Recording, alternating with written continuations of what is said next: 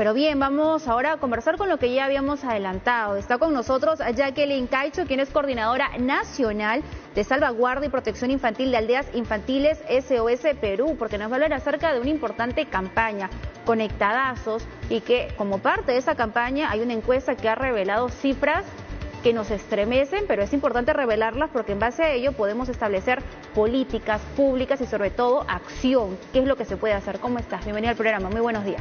Gracias, Carla. Gracias también por este espacio. Esa tribuna es sumamente importante para nosotros como Aldeas Infantiles SOS porque ciertamente estos datos, si no se colocan en el espacio, en la tribuna en común para todo padre, para todo docente, para todo niño, no van a ser lo suficientemente útiles. Así que agradecemos esta posibilidad, ¿no? Claro, y lanzo una de las tantas cifras que se han revelado con esta encuesta.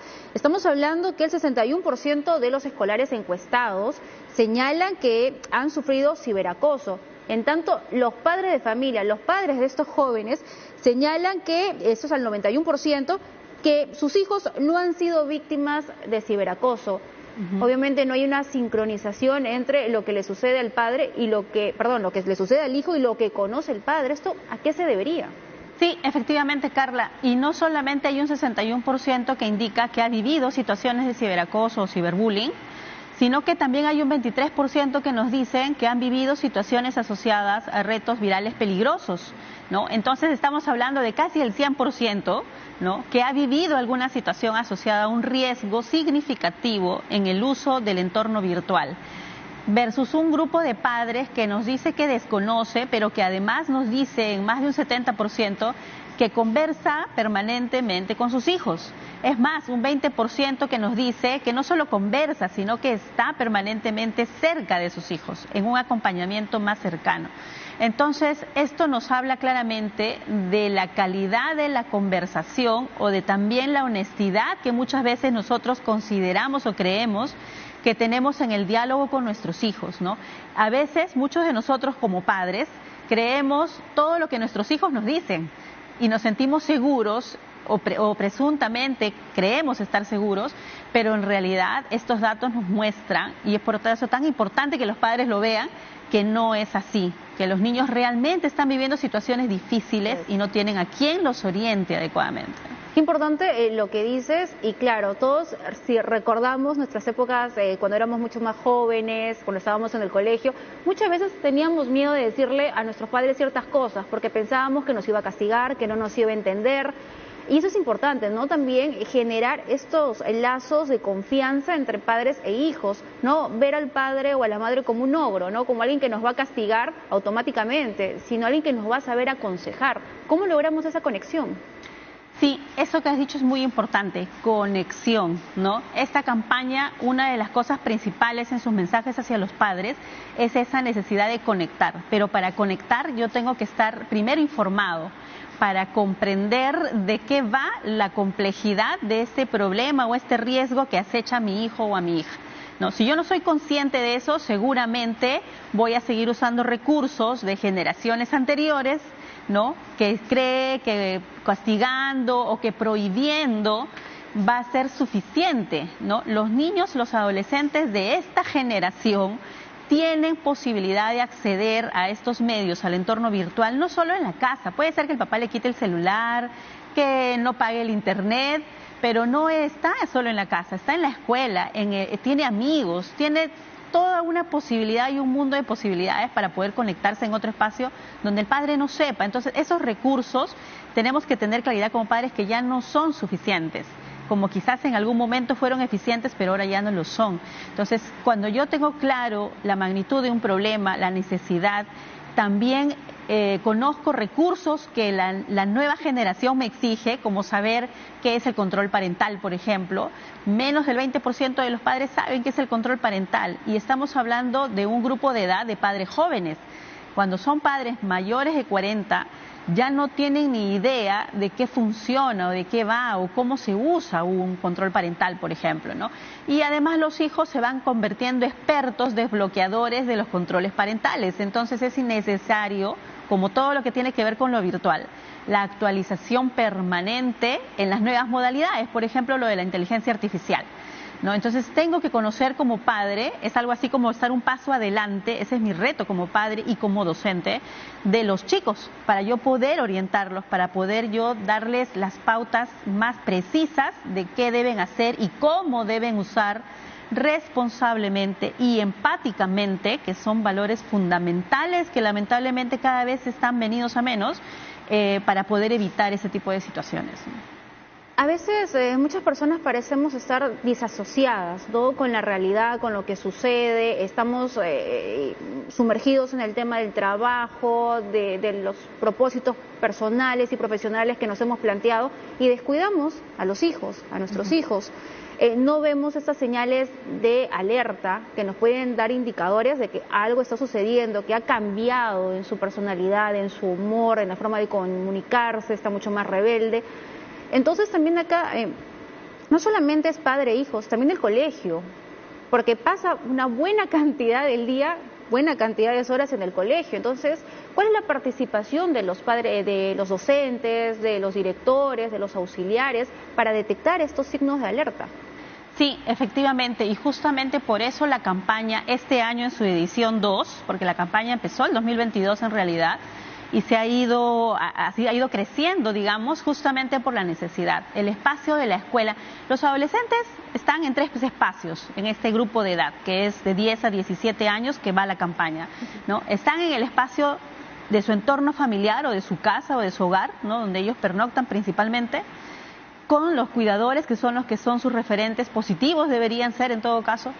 En la escuela, gran parte, no solo en el espacio físico de la escuela, sino que es el entorno con el que viven normalmente, con el que interactúan, son los compañeros de la escuela, pero principalmente donde están también, y a veces no lo entendemos como un entorno en el que ellos interactúan, es el entorno digital.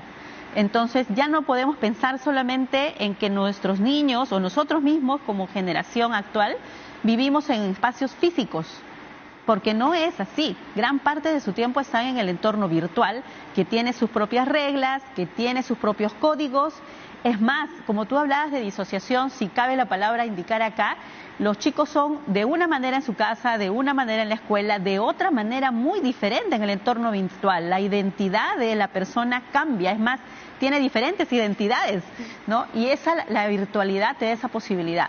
Los docentes, según la encuesta además, se ha dado a nivel nacional con docentes de escuelas públicas, que es importante mencionarlo además, conocen, tienen información, ¿no? El ministerio les ha dado significativa información respecto de estos problemas y de estas problemáticas, tienen un canal al que pueden denunciar y reportar. Y acá es importante, Carla, y me voy a dar unos segundos, porque el canal de SICB muchas veces se asocia con un tema de denuncia, y hay cierto miedo a la palabra denuncia, entonces es muy poco usado a veces, eso lo revela la encuesta, por ejemplo, solamente 13% de los docentes reportaría o denunciaría a través de ese canal, ¿no? A pesar de que más del 60% lo conoce y a pesar de que más del 40% de los niños le han reportado en alguna ocasión un tema de ciberbullying o un tema de reto viral peligroso, lo que quiere decir que no es el desconocimiento, sino el que hay alguna percepción que hace que no usen el canal, ¿no?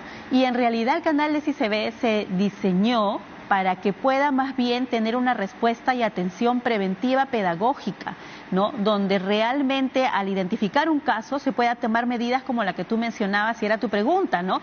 Cómo prevenir, cómo hacer que los chicos sean más sensibles, que realmente haya un compañerismo positivo, ¿no? Que se use adecuadamente los mecanismos del entorno virtual y no para hacer ese tipo de situaciones como el usar la inteligencia artificial para afectar a tus compañeras, por ejemplo. Entonces, de eso va la línea del SICB. Ciertamente en algunas situaciones va a haber un tema punitivo porque está asociado a algún tema de delito cuando es un adulto o a un tema de una falta grave, como en el caso del St. George, por ejemplo, donde sí va a tener que haber ese recurso de una denuncia externa, definitivamente por la complejidad de la situación, pero no en todos los casos. Entonces es necesario empezar a entender que estos recursos o estos canales no son útiles, necesarios, que tenemos que empezar a usarlos, ¿no?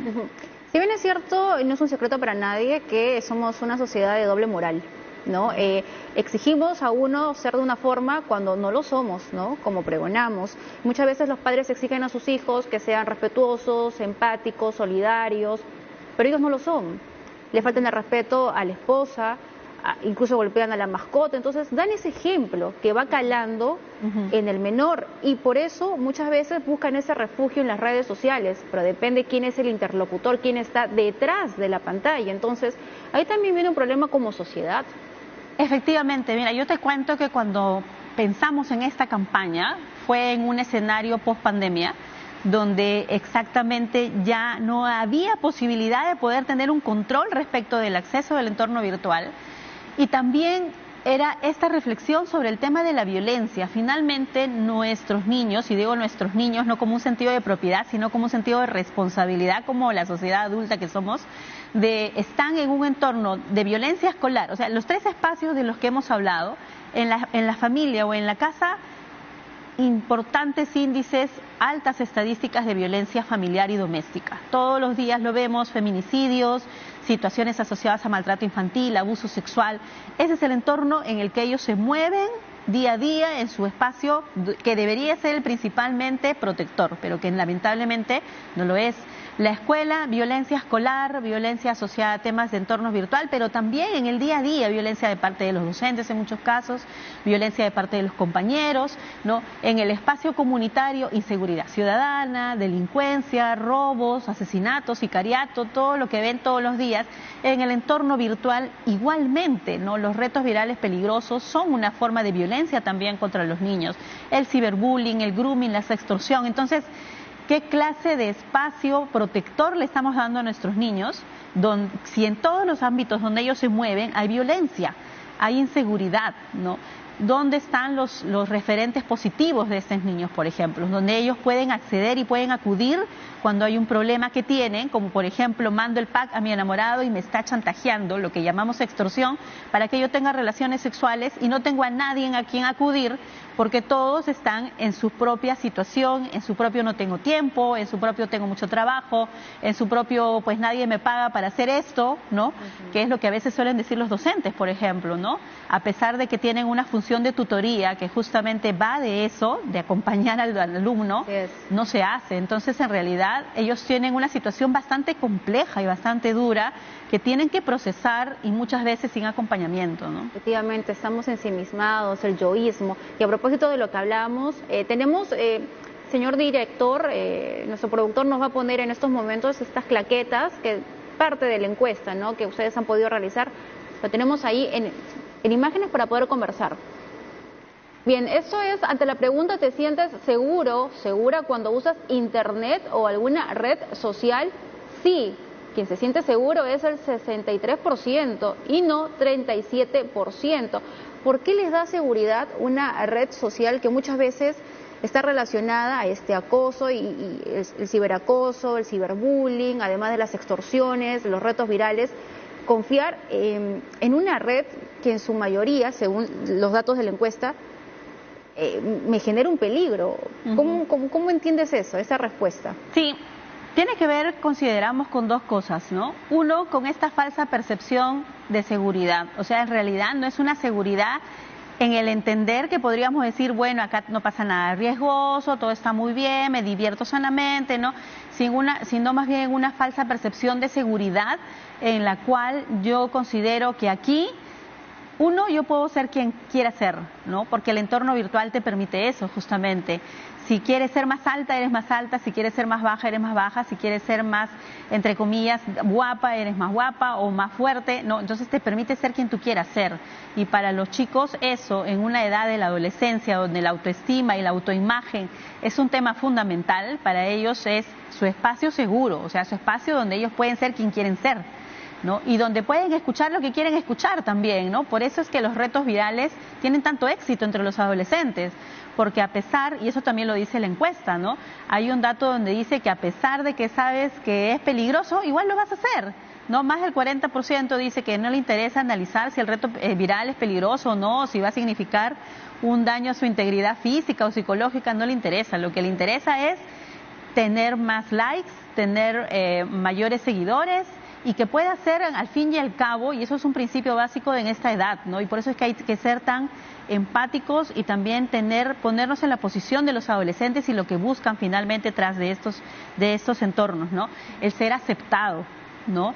Lamentablemente no eres aceptado muchas veces en tu propia familia, no eres aceptado en la escuela, en el entorno virtual es el único espacio donde al poder ser quien tú quieras ser, puede ser aceptado también, ¿no? Y por eso es que es un espacio que necesitan y buscan tanto además, ¿no? Claro que sí, por eso es importante que toda la sociedad se involucre, evitar la cosificación, esos estándares muchas veces de belleza, que obliga precisamente a los menores de edad a tratar de encajar, ¿no? Cuando lo que hay que reforzar es el amarse a uno mismo tal cual es y sobre todo hablar. Si algo nos sucede, algo nos pasa, no hay mejor persona en quien uno puede confiar que en tu padre, ¿no? Y así debería ser, y los padres también deberían involucrarse y darle un tiempo de calidad a sus hijos. Muchísimas gracias por esta entrevista muy amable. Ha sido Jacqueline Caicho, Coordinadora Nacional de Salvaguarda y Protección Infantil de Aldeas Infantiles SOS Perú. Muchísimas gracias. A ti, Carla. Gracias. Bien, nos vamos a una pausa, pero usted no se mueva, que ya regresamos con más información en la edición matinal de TV Perú Noticias.